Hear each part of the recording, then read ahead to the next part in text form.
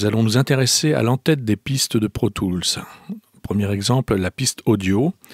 Alors vous voyez que l'entête de piste, c'est cette zone-là. La première chose, c'est que vous voyez, on peut, en double-cliquant sur le nom de la piste, on peut en éditer le nom. Pro Tools n'accepte pas que deux pistes portent le même nom.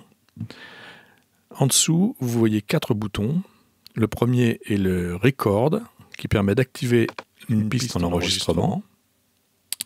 On peut protéger cette piste d'un enregistrement accidentel en appuyant sur Commande Record. À ce moment-là, elle passe en Record Safe. Et vous voyez, on ne peut plus l'activer accidentellement. Deuxième bouton, celui-là n'est présent que sur la version HD de Pro Tools, c'est l'Input Monitoring. Il permet, sans activer l'enregistrement, d'écouter ce qui rentre dans la piste et non pas ce qui est lu sur la timeline. Troisième bouton, le bouton Solo, qui permet donc de supprimer l'écoute de tout le reste de la session de Pro Tools et de n'écouter que la piste qui est là ou les pistes qui sont placées en solo. De la même manière, on peut, en faisant commande-clic sur Solo, mettre en Solo Safe. Dans ce cas, la piste est toujours ouverte, même si une seconde piste est mise en solo. Dernier bouton, le Mute, qui lui, bien évidemment, coupe la lecture de la piste.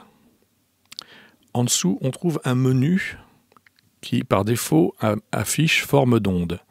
Donc, par défaut, il affiche la forme d'onde des clips qui sont placés sur la timeline. Je clique sur le menu. Tout ce qui est placé en dessous concerne l'automation et que nous verrons dans un tutoriel ultérieur. Ce qui est au-dessus, la première indication est bloc, permet tout simplement de supprimer la waveform. Et ce qui est ci-dessous, ce sont les playlists. Et en fait, les playlists, ce sont des alternatives à la partie principale de la piste qui permettent en fait de cumuler des prises ou de proposer des montages différents. Ce sera l'objet d'un tutoriel ultérieur. Les deux lignes analyse et déformation concernent Elastic Audio, ceci fera l'objet d'un prochain tutoriel, je l'espère. Le petit bouton ici est un bouton de freeze. Le bouton de freeze en fait permet de geler la piste, c'est-à-dire de précalculer tous les traitements qui pourraient être normalement calculés en temps réel, de manière à libérer des ressources.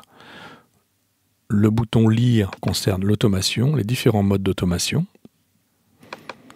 Celui-ci concerne, comme nous l'avions vu pour la création de pistes, on peut créer une piste en mode échantillon ou tick, et bien ici on peut changer cet état. Et là enfin, ça concerne Elastic Audio, qui fera l'objet d'un tutoriel ultérieur. Ci-dessus, un petit menu permet de choisir ce qui va être affiché. Par exemple, je vais pouvoir afficher les inserts AE. Alors, ce sont les 5 premiers inserts de la piste sur laquelle on peut placer des plugins de traitement en temps réel. Je peux choisir aussi d'afficher les entrées-sorties.